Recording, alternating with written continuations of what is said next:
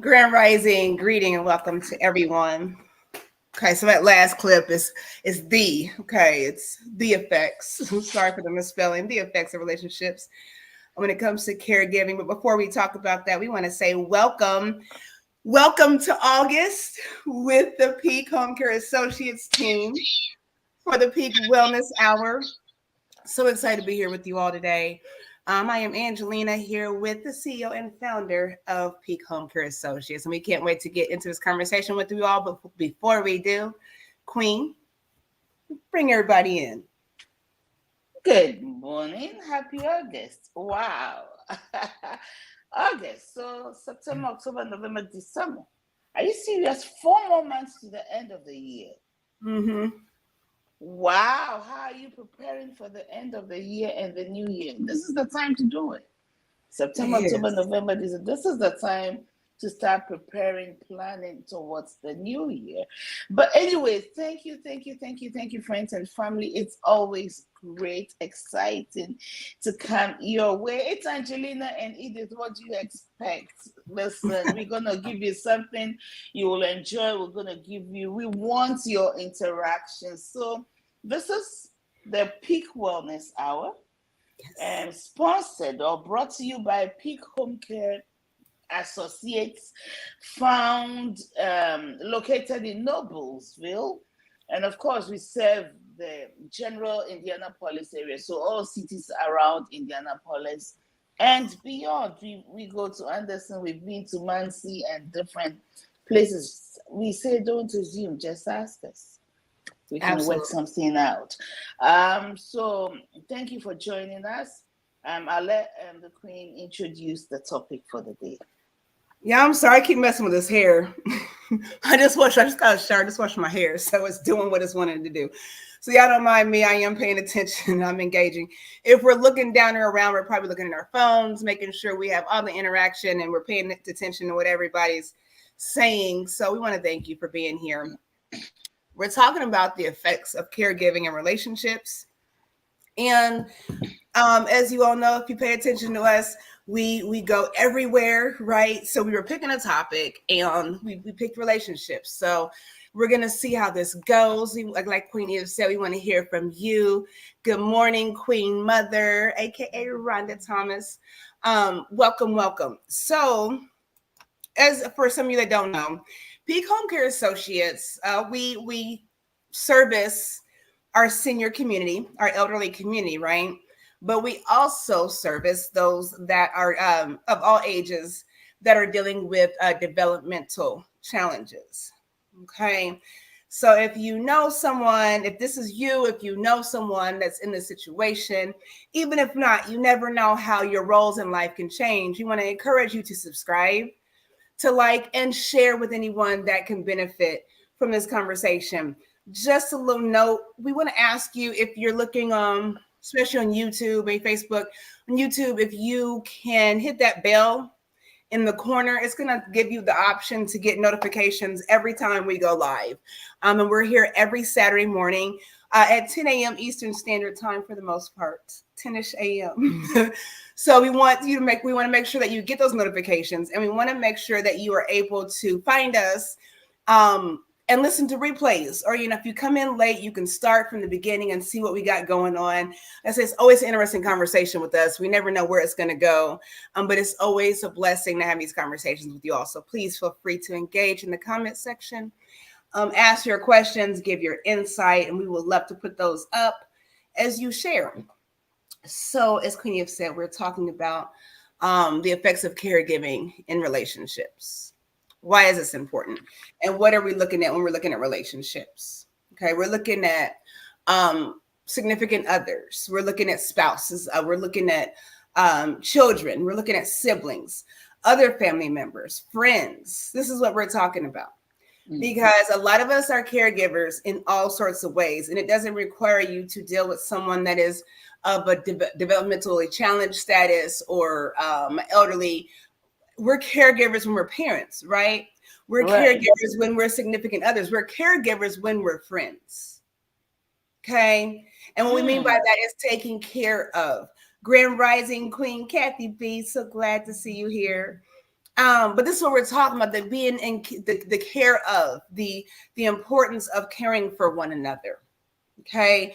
And when we do it willingly, it looks different than when we do it out of obligation. Okay. Willingly, I care for my friend. If something happens to my friend and I'm needed, there's an obligation in some sense. Does that make sense? So when we're looking at caregiving, it can look differently when we are wanting to do it versus when we're pushed or challenged or called to do it, such as taking care of a elderly loved one, taking care of someone, even as caregivers, as home healthcare providers. It looks totally different when we're doing those things sometimes. And when it's an obligation, when it's a push, when it's a call to action, there are times where the challenge is real. And now it does have an effect on your relationships. Me caring for a parent might affect how I take care of my children and attend to my children, attend to my significant other, right? Me taking care of my grandparent might affect how I interact with my parent just because of the time that's required. So that's what we're talking about here today, and just looking at ways to enhance and balance out our lives as we care for others. Okay. Queen. You have been extensive in your introduction, and I like it. I said I was going to follow your lead. So, like Angelina said, we are looking at the effects of caregiving, especially when you're a family member. Grand Rising, Betty. Go ahead. Hello, Queen Betty. Yes. So, especially when you are a family member, you're taking care of your mom or your dad, and the different options even available to you, depending on where they live or the whole living situation. They're either living with you in your home or they're in a facility. Either way, the demands on you are high, especially also when you a parent yourself or a grandparent yourself.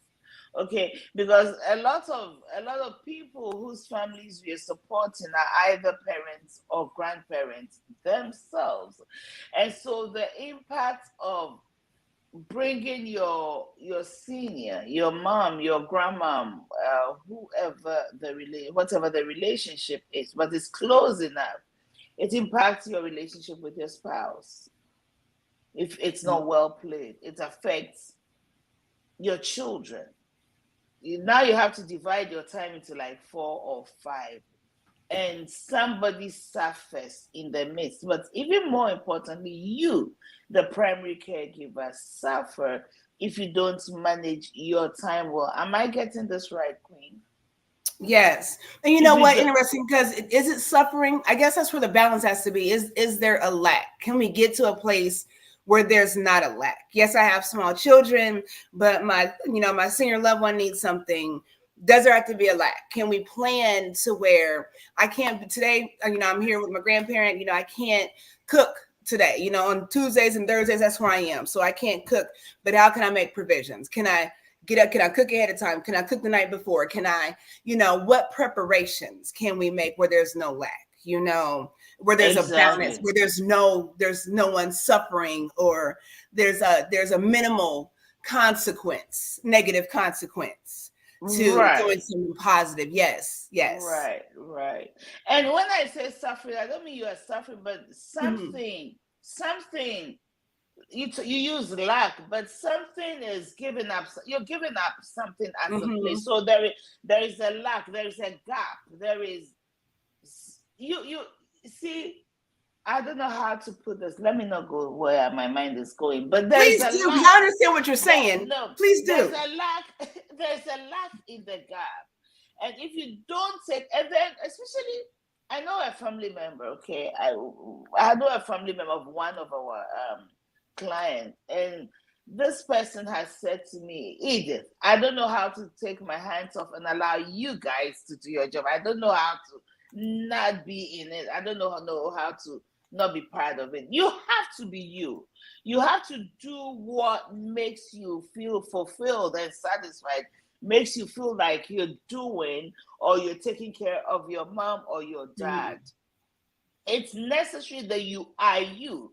And that's what I'm saying. Sometimes a part of you yourself, the caregiver, suffers because you don't know how to navigate this whole thing.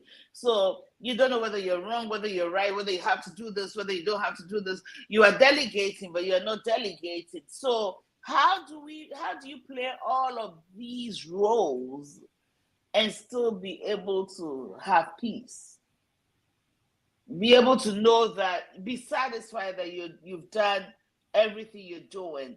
Be satisfied about family, that your husband is okay, your wife is okay, your children are being taken care of. How do you manage that? How do you plan that effectively so they don't suffer, they don't struggle? I'm still using the word suffer for lack of a better word. But I know what you mean, though. I know what you're saying with that, because if there, like I said, if there's not a balance, there is a sense of suffering. And I think it hits, I think that it hits first with that primary caregiver. They just don't realize it until it hits, the ripple effect comes, right? And then once that ripple effect comes, then you feel it. It affects you in the beginning because now you are in your head trying to figure out how to do this. And I got this, I can do this, it's all good, but it's that seed is planted there. And once you see, if you're not managing it once, it's a ripple effect, and you just see things, my house is not as clean. I'm more fatigued, I'm more frustrated, and now your family's like, well, what's wrong with her? Or, just things like that. People notice at work, and then it hits you with that aha moment. But by then you started to unravel, on the inside. And now you're having to control that, you're having to control you, when you are the one thinking that you're in control of everything. That's why you're the primary.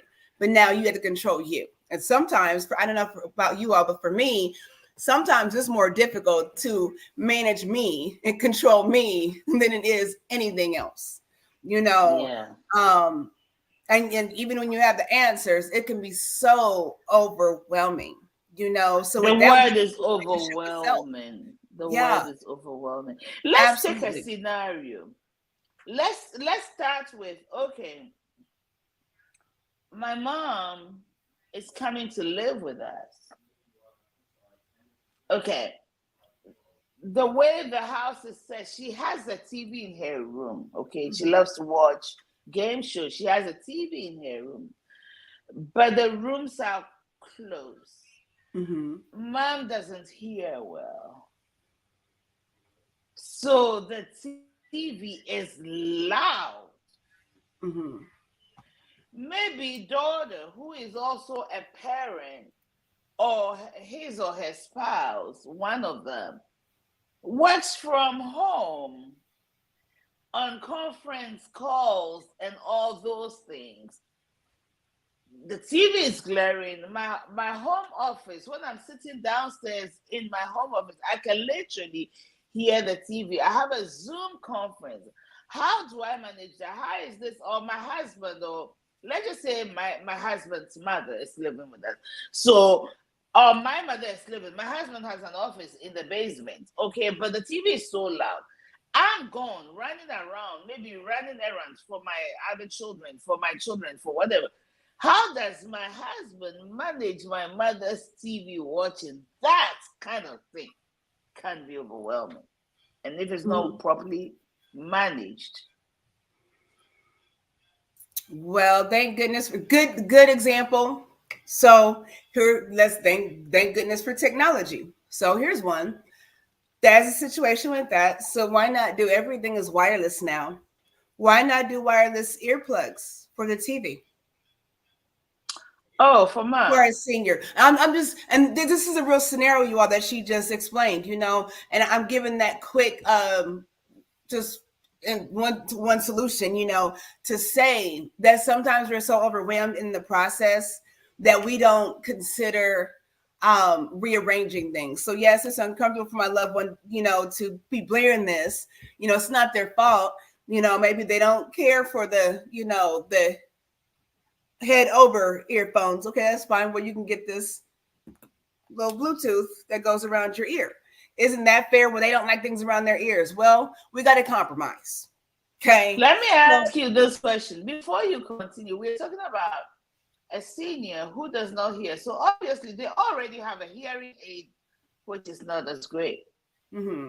How do we add these, ear plugs? Okay. Or do they? Do they have hearing aids? Do they have the right hearing aids? Are they working right?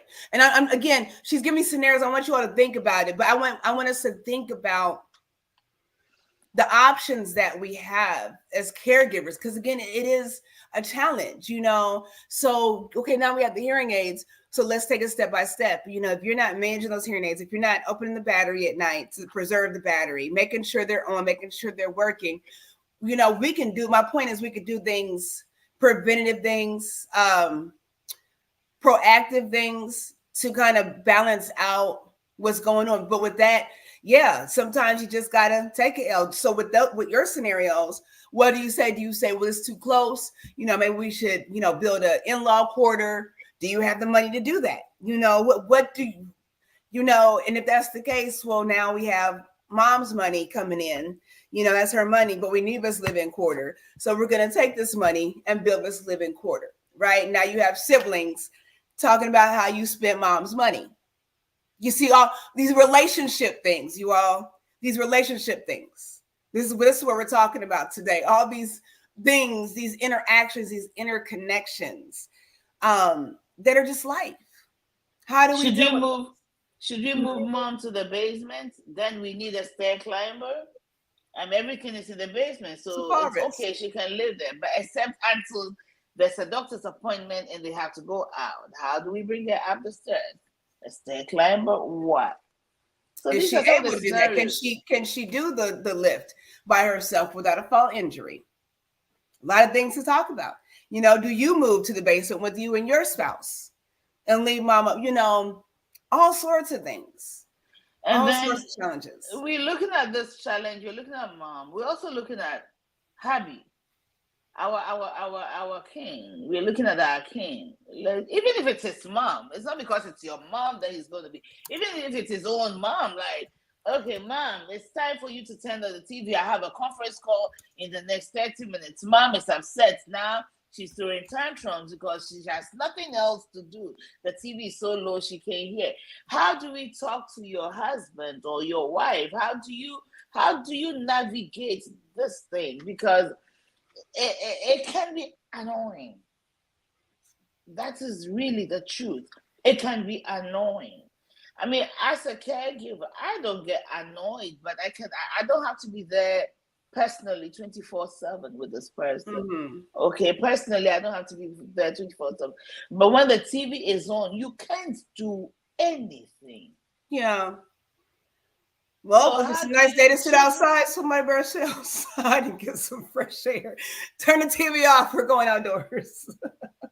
If there's somebody else in the house, then take her out for a walk, take her out for a ride, drive in the neighborhood. If there's somebody else, that's why a second person might be helpful. So I can work, I can do my conference calls. I schedule my conference calls in such a way that it will be the time that the hired caregiver comes in, do stuff with mom such that the TV, she's not on the TV all the time, play games, go out, take a drive, do something so I can do work. Because these days a lot of people are working from home. It is the reality of our time. So that is one scenario. You all think about it, you all write what you think about this scenario because it is real. And for that reason, just for that reason, there are families who would rather put mom, we're using mom because it's okay, it could be dad in a facility. Because guess what? We can go and see her and we can come back. Then it's taking your time. Then you want to see your mom every day at a certain time. You go 2 hours, 3 hours. Because when you go spend 15 minutes with mom. Mom is not satisfied. Where is Angelina? When is Angelina coming? Where is every 5 minutes you find a way to pick up a phone and call you? Why aren't you here? Why aren't you coming? Why does that? That is also placing a demand on your time. Mm-hmm. Whereas if she were in the house, you can take care of her food and take care of the children at the same time, do all things. Now you go in and you're coming. How is that impacting your marriage, your children, your job? If you're working from home, how are you managing these things? Mm-hmm. These are the realities we are facing today. Queen. Yes. And a lot, when we're, like she just said with that, to piggyback off of that, a lot of that, some of that is, again, bouncing it out. There's the fatigue, not being funny, but gas prices are high. You're going back and forth, now you're not cooking. So now you're eating out more, all these different scenarios. A lot of times relationships have bumps in them, not just spousal relationships have bumps in them though, because of stress and finances and then stress. I don't know which one comes first. I don't know. What do you all think? Put it in the chat. A lot of those things happen when there's no support. I think that it's really important for caregivers, primary caregivers, to have third-party support, whether it's counseling, coaching, therapy, something where there's a non-bias interaction for you to offload and just balance things out. You can talk to your spouse, and your spouse is helping you take care of your mother, your father, and you can talk to them, but are they going to tell you, yeah, it is kind of overwhelming sometimes. Yeah, I don't mind doing it, but what do you say? You're talking to your children. I know, we were going to cook this, and then we're going to go here, but grandma, grandpa need da. They're not going to say, well, that sucks, that's not fair. What do you do? So, you expressing those things, there might be some understanding, but sometimes you want dialogue. Sometimes you want validation for how we feel. And sometimes it's uncomfortable and shameful for some of us to say out loud, today, I just don't want to. I don't want to go visit grandma today. I'm tired. I know I said I was going to go. I know she understands because she always says, honey, I know you're working. I know you're tired, but can you stop and get me? So her knowing that doesn't excuse me not coming because I said I was going to come. And now you see what I'm saying? And so that's that shame of having to say out loud, I'm just tired. I'm just overwhelmed. I'm just stressed out, and that's just the reality of things sometimes. And having to be able to say that can actually give you some relief, having someone sit down with you and talk to you about scenarios like we just gave, journaling, right? Planning your day out, planning your week out, right? At the beginning of this broadcast, we talked about we're in August, right? And talking about planning for next year, but we have a whole lot of this year left, and we don't. Right? We don't have any time, but we have so much time to put things in order. We have to minimize our time well. We have to balance things out. So I think, weekly planning, don't be realistic. You can't plan for the month with everything, but weekly planning, not just for the day, you can get ahead and you have provision, and it gives a peace of mind and a sense of security and guidance, right? We want our steps ordered, and sometimes we have to be a part of ordering our steps, right? And knowing we want and what we don't want. Today I got all this going on. I know on Tuesdays I go see grandma, but this day, so we need to plan, so I'm not calling when I'm supposed to be there 30 minutes from now saying, hey, grandma, I know I said, now grandma knows the day before, because I'm telling you all something right now. When you tell senior citizens, when you tell elderly people that you're going to do something, the expectation is real. And don't ever get offended when they check you on that, when you don't own up to what you said you were going to do. There is such a disdain of disrespect when we do that to them. I'm telling you right now what I know. They come from a very different generation, a very different generation. You tell them you're going to be there at 10:30. They're looking for you at 10:15. Yes. They're looking at 10:15. Yes. So it's a different generation. I think that I don't know whether to say it's better, but they were more disciplined. morals and ethics and responsibility and Yes, respect. yes. We live right now. Society is quite loose. If you ask me, everything is so relaxed. No, even when they go out, when you go to facilities, I watch them when they're going out to dinner. They dress up. They look nice. Mm-hmm.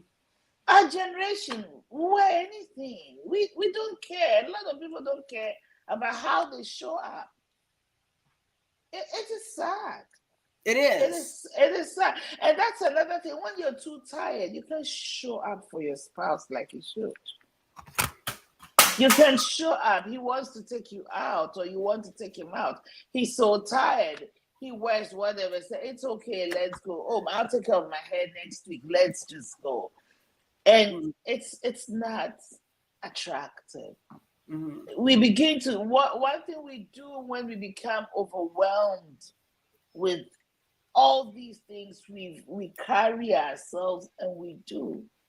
Mm-hmm.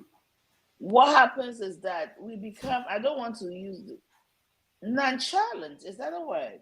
We become nonchalant. It's okay. It's just for today. Oh, just today. Let me do this just for today. Complacent is what we are. We're complacent. Yeah, and it builds up. It builds up. But we want to be able to show up. You want me to feel? My king, he's going to breakfast, y'all. He's going to breakfast. You need to go to breakfast one Saturday. I knew you were going to say something. While we're talking about this, that's what my queen mother says, what you were just saying, as far as like taking that time. And she's like, you should. I'm like, look, I got this going on. I got that going on, and, like I said, people, he understands. He gone. So people understand. But after a certain point, it gets to be a lot. Okay. It gets to be unfair to everyone involved. Even the person you're taking care of. Let's look at one of the things we can do. Mm-hmm. You're talking about planning a week ahead. Mm-hmm. And so this is what I'm coming to find out about myself. I don't know if it's an age thing. Okay, so I was telling my niece that I need a board, a magnet where I will write everything on. Okay, so your family, your spouse, must come to a certain level of agreement and understanding, work together as a team, plan the week together as a team. If there is that understanding, it helps. It takes the pressure off of you. You were going to say something. Go ahead. No, go ahead. It takes the pressure off of you. He knows that every Monday, every Wednesday, every Friday, you be with mom, or Sunday, Thursday, whatever, you be with mom from 2 to 3. Maybe Sunday after to be a day for a family, the whole family to visit her and maybe take him or her out to lunch or dinner, spend time with him. Okay, maybe once a month we will all do that. So once you are working together as a team, the burden of the responsibility that is off of your head, because you all have an understanding. Okay, you do whatever you want to do throughout the day, but I want to have dinner with you every evening. I want to be able to have dinner with you. After dinner, I want you and I to be able to have time together, sit down an hour, talk, hang out, not talk about work, just have a time, our time. Not discussing mom, not discussing dad, not discussing any of these things, but just us relaxing. If we can have a plan together, then we will be able, if we are willing to work the plan, it's a good start. It is a good start. Let me flip the script on you. Okay. Say I'm single and I'm taking care of my mother. My mother, my mother's here. She's able-bodied, I don't know, maybe just has some falls, maybe just needs companionship. I don't know what it is, but she's able-bodied. Okay. I do the cooking, I do the cleaning, because she's older, right? She's older. So what happens with relationships? What happens with our relationship when you and I are hanging out? So now, how do I engage with you? You know, we normally go out, you know, our thing is brunch every Sunday. But mom's here, right? I got my mom, you know, I usually go out with, you know, the kids come over, you know, on Fridays and do movie nights. You know, how do I have a relationship with her now? And things are shifting. I can't be here. So I'm obligated to stay here and not spend time with my friend. You know, does my friend, you know, all kinds of different scenarios when we think about relationships is what I'm getting at. You know, what happens if you are the only one that is a caregiver? I've seen, and it's always women where their spouse has passed away and that woman is still taking care of the mother-in-law or the father-in-law. Like it's like that, like they're their own. See what I'm saying? How do relationships work with that? Now, you know, you're the primary caregiver. How that work? Or not, maybe not primary because you might have other siblings, but you're still involved. How does that look with your relationship with your other in-laws? You know, like responsibilities, just things like that. There are so many different ways we can look at it with relationships. But again, like you just said, like, you know, my point is having that board for you. Sometimes I think we need a separate board, a separate planner for self a lot of times. And then we can incorporate everybody else, I think, on a different board, you know, because there are a lot of times when your responsibilities are your responsibilities. Let me give you all a prime example with Peak Home Care Associates with our founder and CEO here. She wears a lot of hats, This is her baby, right? And if nobody shows up, nobody performs, she has to perform. If I can't show up and perform, she has to perform. How does that affect our relationship? We're here today, right? Together. We're always here together. But Edith has the whole load, right? How does that look? Oh, how does it affect the relationship? And still, when we're talking about this, it doesn't make it bad or negative. There's an effect. There's an effect with everything we do. There's a cause and effect. Cause and effect, yes. So when we're talking about these things, it doesn't make it bad. We want you all to focus in on balancing, especially when it comes to, again, relationship with self first.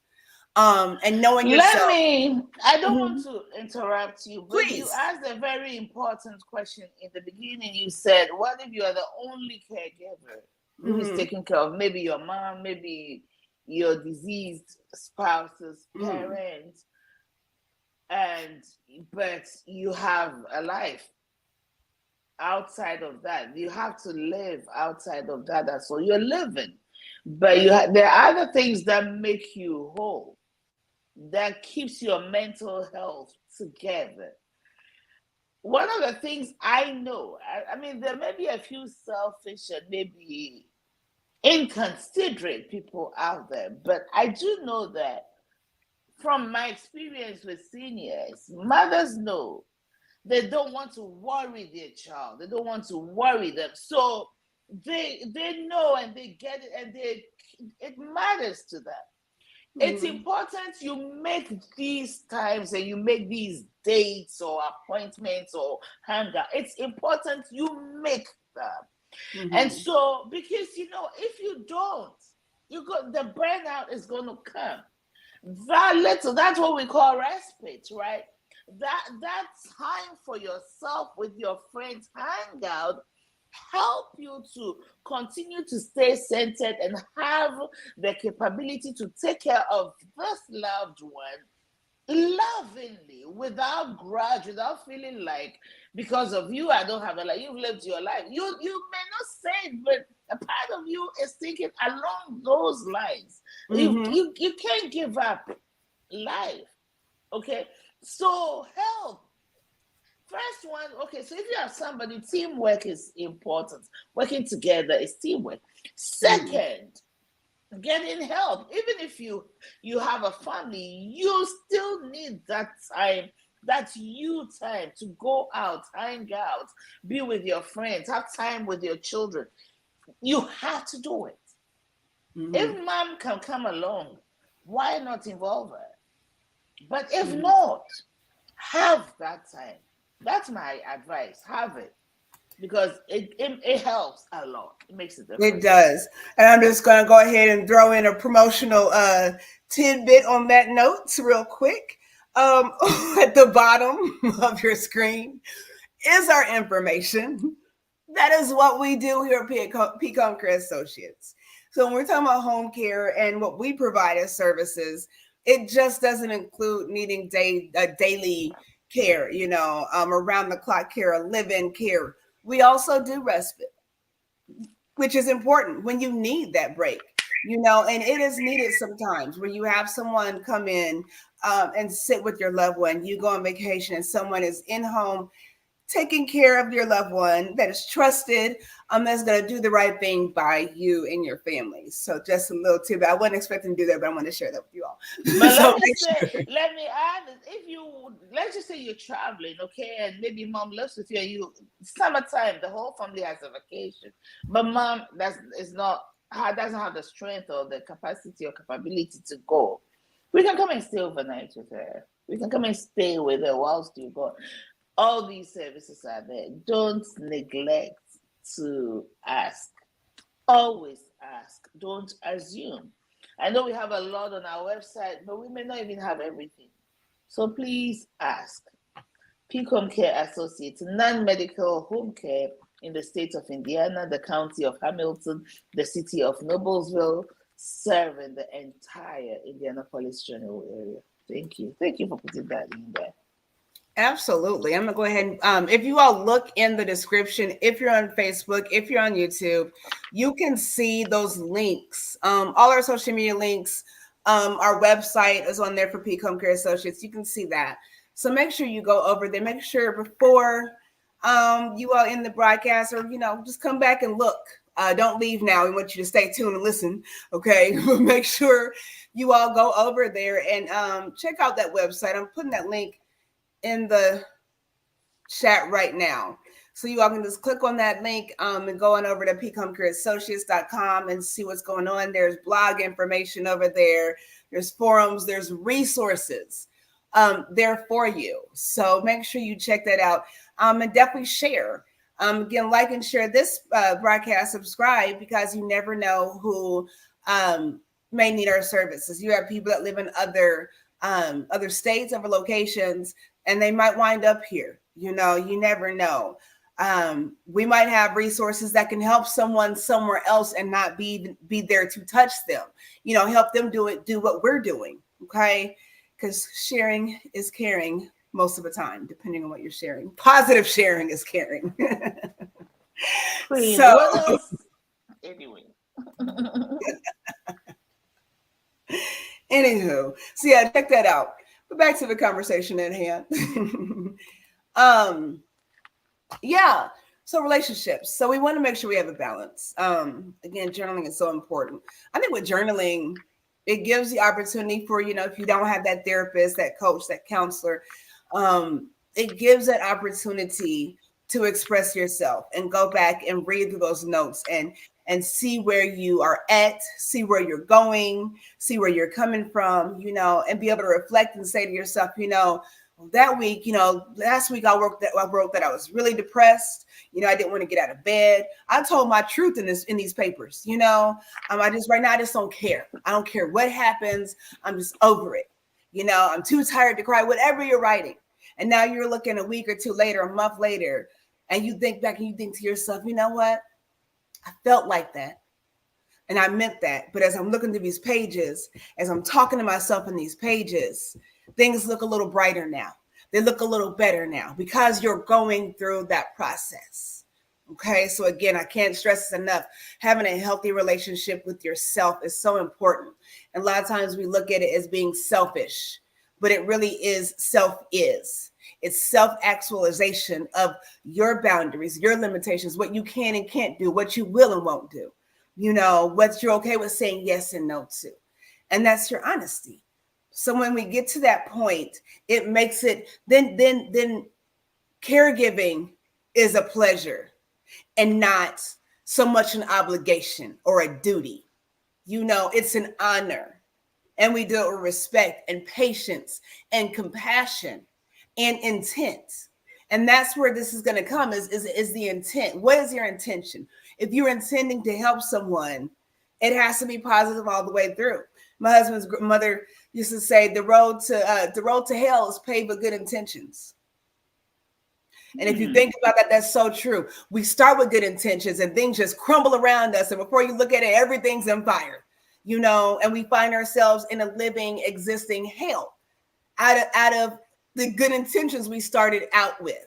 And because it became chaotic, because we have no structure and no balance and a lack of self-preservation, now we're waking up in hell until we can focus. And once you get to that point, it's so hard to want to retract, to want to go to a different path because you're just so everywhere, Queen?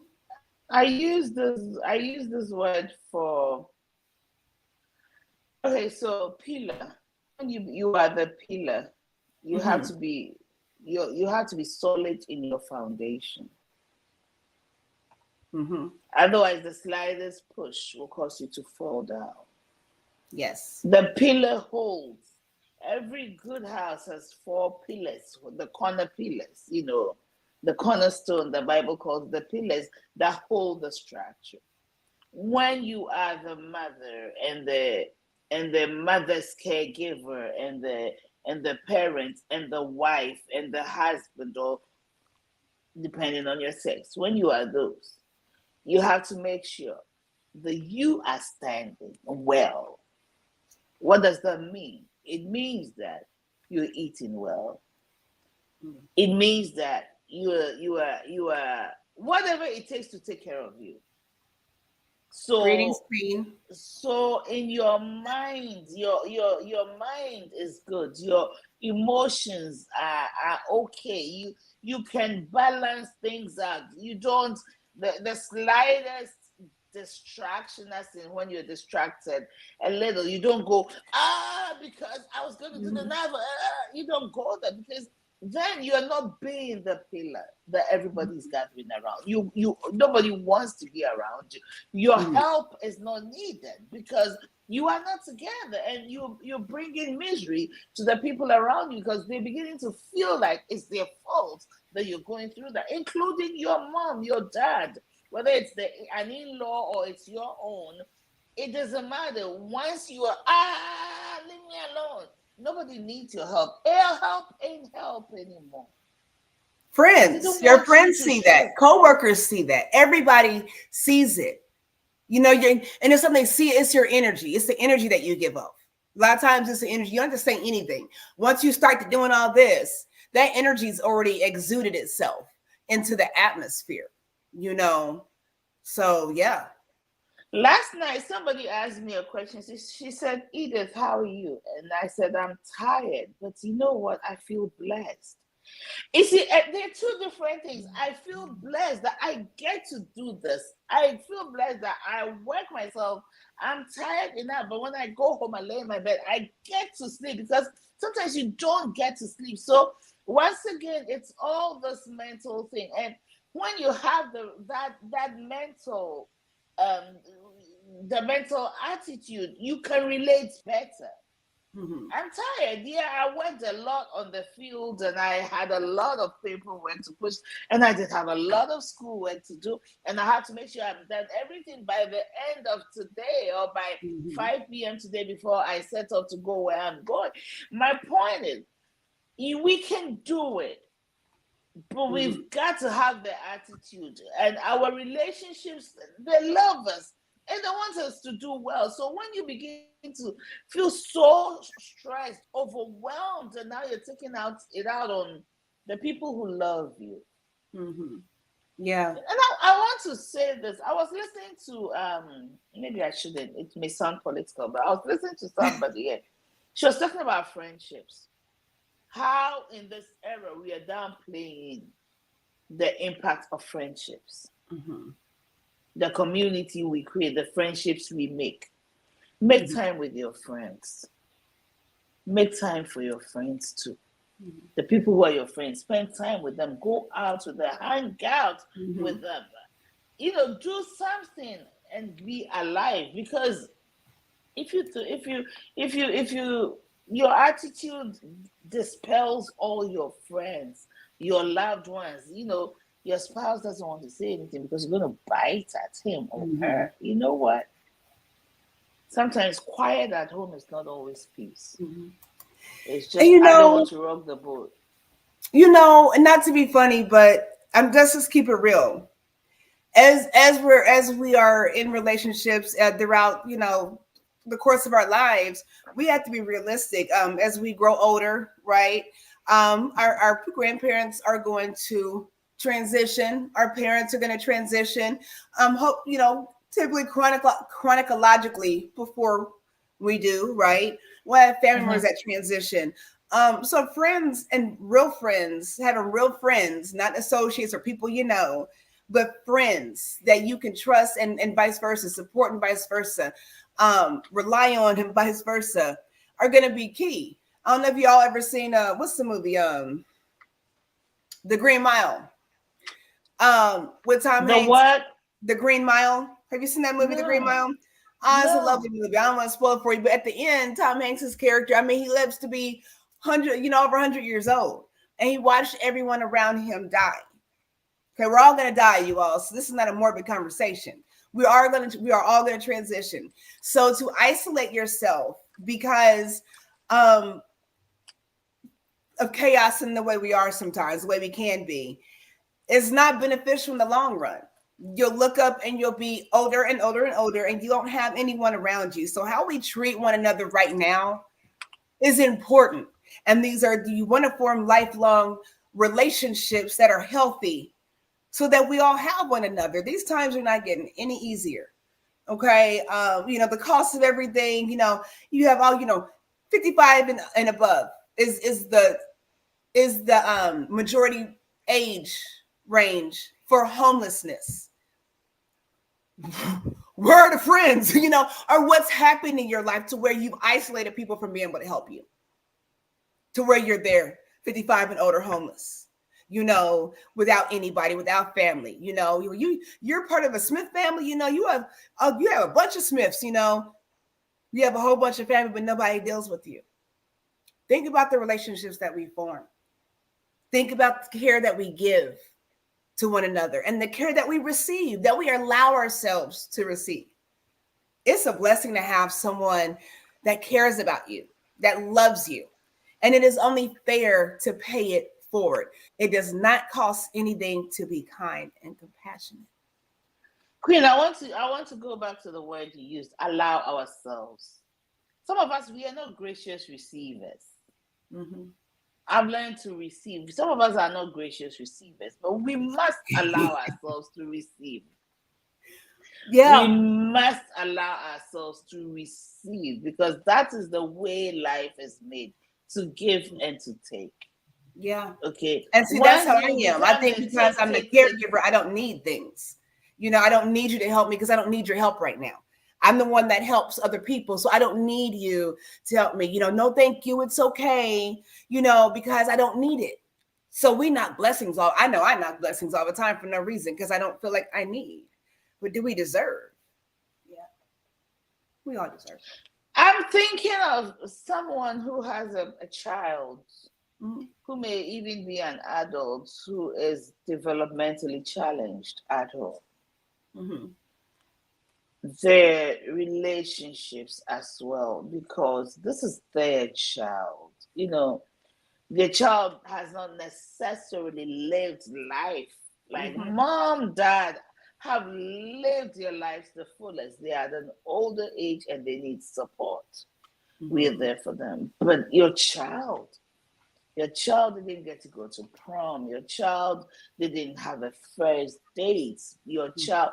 So there's this thing in the nurturing mother's belly, that goes out for the child, and he or she literally sacrifices life Mhm. for the child. So neglecting to live and resigning themselves to a certain lifestyle. I know someone who cannot even talk on the phone when their child is around at home. So for years, they will not take phone calls at home, and they've lost friends and family because of that, because their child will throw tantrums, will go through all of these things because mom is on the phone and she does not want to deal with that. So guess what? And so friends stop calling. The impact of these things on our relationships. Sometimes we need to figure out how to work around this. Get the support.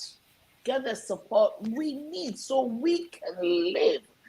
This is so important. This is so important. You can only have a positive outlook towards what you're dealing with when inside of you are not having a lot of voices, chaos going on inside your mind and around you. You can't afford to lose all your relationships. You cannot. We need it. So what do? You plan. If there's someone with, you plan together. If there are other family members who can come in and help, definitely take it. I know people are willing to help. I mean, I don't know, but I've my experience is that how can we help? Maybe you go to church, maybe there's a community. Some people are willing to take turns to come and sit for an hour or 2 hours whilst you go there. If you can't afford, let's just say, to hire somebody like Homecare to come in and help. I mean, we'd love to come in and help. We'd love to talk to you. However, explore everything you have. I don't want to say take advantage of the relationships you have, not in the negative way, but take advantage of the ones offering to help. And you know what though, the only way you're going to get there is if you put your pride aside and communicate that. We have to ask for help. We cannot assume that someone is just going to show up and help us because we look like we're in need or they know we're going through. Sometimes you just have to ask for help. Hey, sister so-and-so, I know you're a nurse. I know you're a caregiver. Hey, sister so, brother, so I know you have, you volunteer your time. I wanted to see if you can come sit with my dad this Saturday. What if you had some time ever? Could I discuss, the option of, maybe you coming and helping me out? Just ask.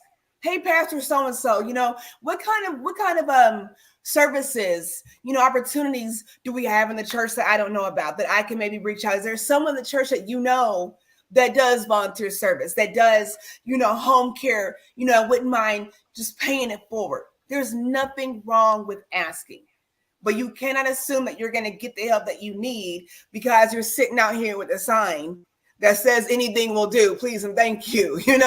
We have to stop doing that. We have to open our mouths and make our needs known. And you'll be surprised at how many people are open and willing to assist as long as you make yourself open and willing to that. And what I mean by that is if you've got a nasty attitude all the time because nobody cares and nobody thinks about me, and then now you come asking for help, I'm going to think to myself, I'm not fooling with that chick. I don't know what she's going to give me. Like every time I see her, she got an attitude. I'm not helping her. And depending on your attitude, I might send you somewhere else. I might not. Even then, someone might do it just to show you how to love. Yes. You'll be surprised. Someone might do it just to show you. See, that's Edith. Edith will. I'm saying no. They may not. Yeah, I will do it. I won't do it for you. I'll do it for the loved one that needs the help. So you can do whatever you want to do. Someone will do it just to let you see. This is the right thing to do. This is the right thing to do. Yeah. So, if only we can ask. If only we can ask. Yeah, and I know for me, it's something that I can't do, that I don't have the capability to do. That I would go out of my way to find that resource for you. Why not? Why would I say, well, no, I can't do it? But if you can't have the wherewithal to research that, then I'm gonna say, well, you know what? Let me see what I can find out, and I'll get back to you. Maybe there's a different option. So we have to be involved. We are here in this life. We are all coexisting, regardless of who we like, don't like. Whatever's going on, we are all here coexisting. And it only makes sense to do it in a compassionate, gentle, patient manner, as forgivingly as possible.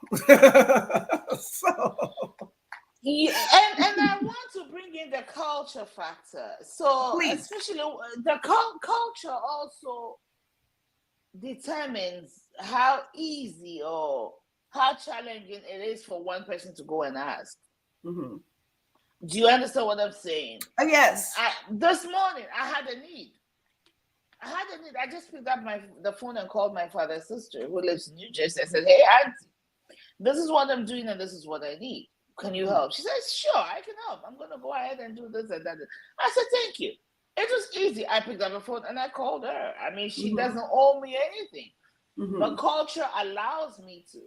Will I be able to call Angelina and tell her the same thing? I might be able to call Angelina because of the relationship we share. I can call Angelina and ask her for the same thing, right? So our culture also I know that the American culture is very individualistic, but still there are communities that listen, I was moving. Most of my friends and family that I know and I have that tightness of relationship live in Northern Virginia. I never considered myself having friends here. I didn't even know you then. Queen, I knew you, but we didn't have this relationship. Okay. And my small group in my church, one person heard that I was moving. They mobilized and sent people to help me. I didn't ask. I was almost afraid to ask, but they found out I was moving. One Sunday after church, they said, "Edith, this is what we can do for you." On Saturday, blah, blah, blah. On Sunday after church, and we sent a few guys. They came, they did it. Easy. They did it. They did. I was overwhelmed. I didn't know how to say thank you. Because I knew that thank you was not enough. And I couldn't pay them either. So I just prayed for them. And thank God for their lives every day. And that expression shows that energy shows that when you don't have anything else to give in return, your energy that you put out expresses that gratitude beyond words, so that's amazing. If you can just express gratitude, Yeah. Yeah. I see what you do. I'm grateful for it. So it's we have help. Can I say one last thing? I'll let you end. Please. So I don't know if you've seen. I don't know if it's a joke, but it's one of these messages that you share and share and share and share. Somebody went to heaven. I don't know whether it's true or not, but when he got to heaven, the angel took him to two different rooms. In the first room, there was a big buffet, like a big buffet. And people were sitting around this long table. They had these very long spoons, right? Very long spoons. It's not the kind of spoon you can take and put to your mouth easily because it's longer than your hand. And everybody was thin. And the food was sitting there. They couldn't eat it. Nobody could eat the food because the spoons were too long. They were longer than your hand. So when you take the food, you can't bend it. You can't bring it to your mouth, no matter what you do. If you go this way, it's going beyond. You can't go this way. There was no way you were bringing the food to your mouth. Then they took him to another room. They took this person to another room. These people were eating and laughing, and everybody looked well. They were eating well, so they were well looking. These other people, they were becoming bones and skeleton, bones and flesh. The difference was, in one room, everybody was looking to themselves how to feed themselves. In the other room, they figured it out. Because the spoons were that long, they couldn't feed themselves, but they could feed the other person. I love it. So they fed each other.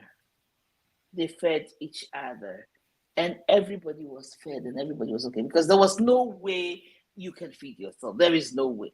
This is the story. You know the moral. I'll let you finish it. Yes, I love it. Oh, what a good story. What do you all think? That was a good story. Thank you for sharing that. You're welcome. That's funny. That's funny. I want to I want to ask you guys something in the chat really quickly. I'm picturing that happening. I'm picturing that. And how many people would choose one versus the other. That's amazing. I want to ask you all in the chat really quickly. What do you all think? And we're going to wrap this up. So make sure you like and share and subscribe. What do you all think the number one lie that most people tell on a regular daily basis? I'm going to wait for I just don't a need second. anybody. Okay, there you go. Give it a couple of seconds because we're almost out of time, y'all. But I just want to see what you all think about that. What do you think the number one lie that most people tell on a regular daily basis is? A couple more seconds. I know typing on these phones is not fun. Queen Edith said, I don't need anybody. Anybody? I think it is that I am fine. I'm fine. Oh. I'm fine. That is always the answer. I'm fine. How are you today? I'm fine. I'm fine. I'm fine. We want you all to be holistically well. Okay. Fine can mean so many things, but by so many definitions, it does not define how most of us are on a regular basis. Be intentional with how you respond. I say I am well. I'm holistically well because I want to envision myself well-rounded. When I respond like that, I have to be intentional with it. There was an interview, the guy that wrote the Mr. Rogers movie, Won't You Be My Neighbor movie. I'm not seeing the movie, but I watched the long interview with the directors and whatnot. And Tom Hanks and just talking about making that movie. And he said, at first it was frustrating playing that role because there was so much airspace and white space in between Mr. Rogers' responses. And so if you go back and watch Mr. Rogers and the way he spoke, and if you all don't know, Mr. Rogers was actually a minister. He's an ordained minister, if you all don't know that. But the way he spoke, he would pause and think about his responses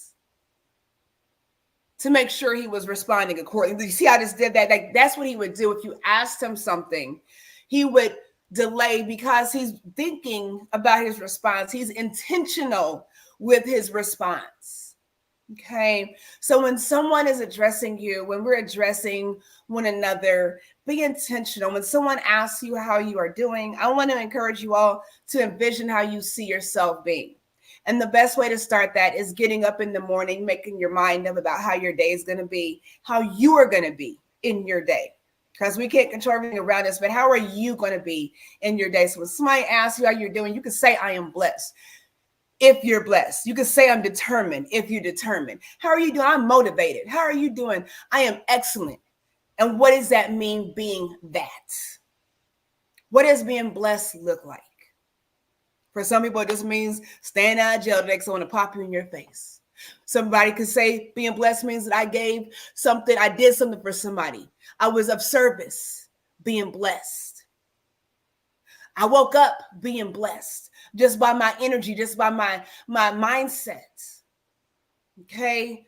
Be who you say you are and walk in that. And it will build the most amazing relationships, the most positive relationships, because never forget that birds of a feather flock together. So if you're trash, there's trash for you. There's a whole landfill of trashy people out here walking around. But I promise you, when you change your mindset, when you focus with intent on positive things, giving the care to everyone around you, you're going to surround yourself with like-minded people that are doing the very same thing. So that struggle we talked about earlier is not a struggle. It's just an amazing part of life that you're going through and you're excelling in. I'm going to leave it at that. I do want to share with you guys. I'm going to let Queen Eva take us out as our CEO and founder. I'm going to share with you this quick clip to encourage you. And I've been trying to motivate y'all. So I'm going to share this quick clip. We got to go. Queen Eva's got some work to do. I got work to do. I'm sure you all got work to do. So make sure you like, subscribe, and share while you're watching this for 60 seconds. We'll be right back. Good day and greetings to you all. I hope everyone is holistically well, especially those that are caregivers. That is why Peak Homecare Associates would like to invite you and encourage you to order your copy of the book titled Daily Comforts for Caregivers by Pat Samples. This book is an amazing read for anyone that is a caregiver for all ages. It is going to give you guidance, support, and a peace of mind in your journey as a caregiver. So go ahead and scan that QR code that you see listed here, order your copy today, and get on the path to the best caregiving opportunities that you can experience. With that being said, we wish you peace, love, and blessings.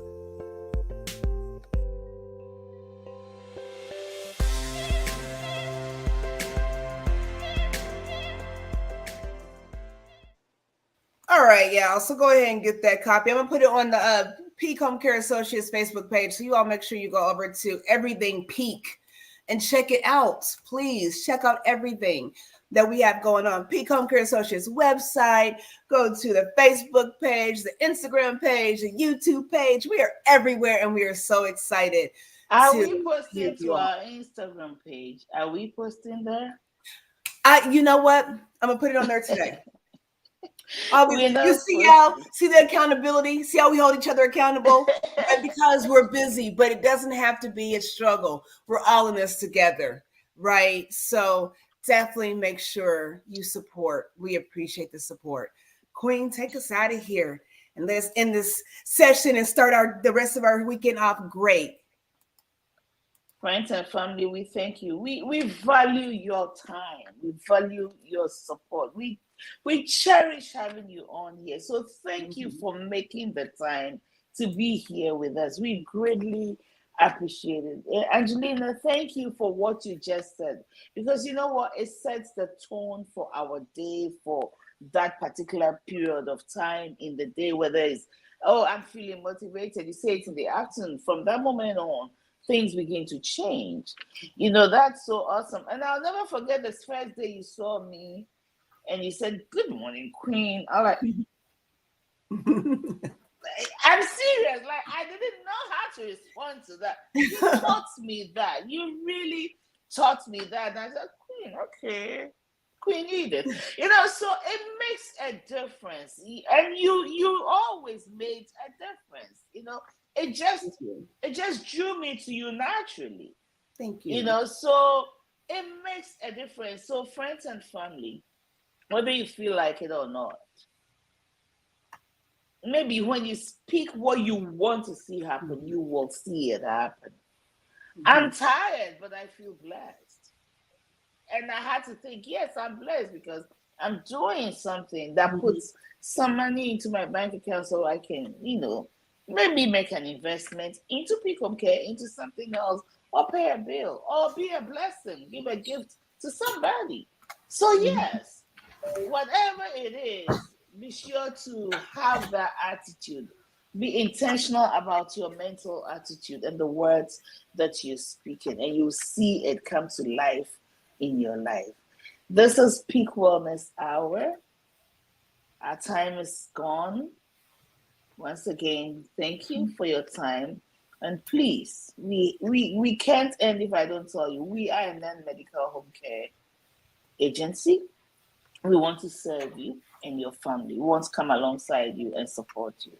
So don't hesitate to call us and ask us. Don't hesitate to email us. Don't hesitate to even text us. Don't hesitate at all. We are here. If we can't do it, the answer is we can't. Maybe we will have a resource. But if we can, we are more than happy. Yes, and we are full of resources. We are full of resources. So tap in. Let's tap in and let's grow and network together. You all, we are here for you. You all make sure you stay blessed. Peace, love, and blessings to you all. Till next time, till Saturday, 10 a.m. Eastern Standard Time. We wish you well from Peak Home Care Associates and family.